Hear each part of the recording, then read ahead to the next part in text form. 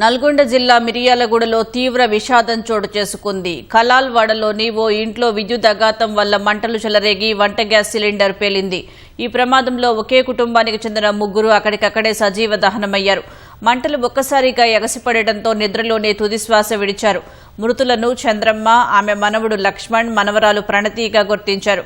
Gas cylinder భారీ శబ్దంతో పేలిపోయినట్లు స్థానికులు తెలిపారు.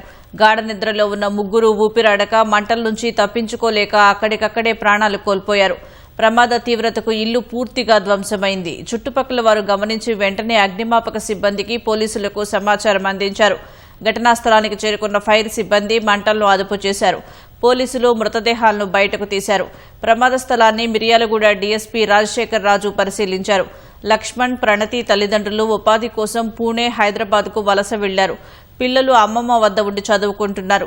ఒకే కుటుంబంలో ముగ్గురు మృతి చెందడంతో కలాల్వాడలో విషాదం అలముకుంది. పక్కింటి మా మామ చిన్నమామ పిలిచి రమేష్ మంటలు వస్తున్నాయి అనగా నేను లేచిన అక్కడున్న వాటర్ ఉన్నాయి కొడతా ఉన్నా. ఒక 15 నిమిషాల తర్వాత డామును సౌండ్ వచ్చి మెరుపులని మీద పడగానే అందరూ ఉరికేసిన. ఇది జరిగింది. నా కళ్ళ ఎదురుగా ఒక్కటి కనబడుతుంది, మా అత్త ఒక్కటి కనబడుతుంది. అప్పటికి మంటలు కాలిపోయినావా ఎవ్వరు కూడా. మా అత్త పేర్లు మా వనం చంద్రమ్మ, లక్ష్మణు, మన ప్రణతి. ఏం పని చేస్తారు? వనం చంద్రమ్మ మొన్న మా మామ రీసెంట్ గా చనిపోయిండు. ఆమె ఇంటికానే ఉంటుంది. మా మామది వచ్చే 7వ తారీఖు అయితే నెలమాసికం అవుతుంది. పిల్లలు ఇద్దరు చదువుకుంటారు.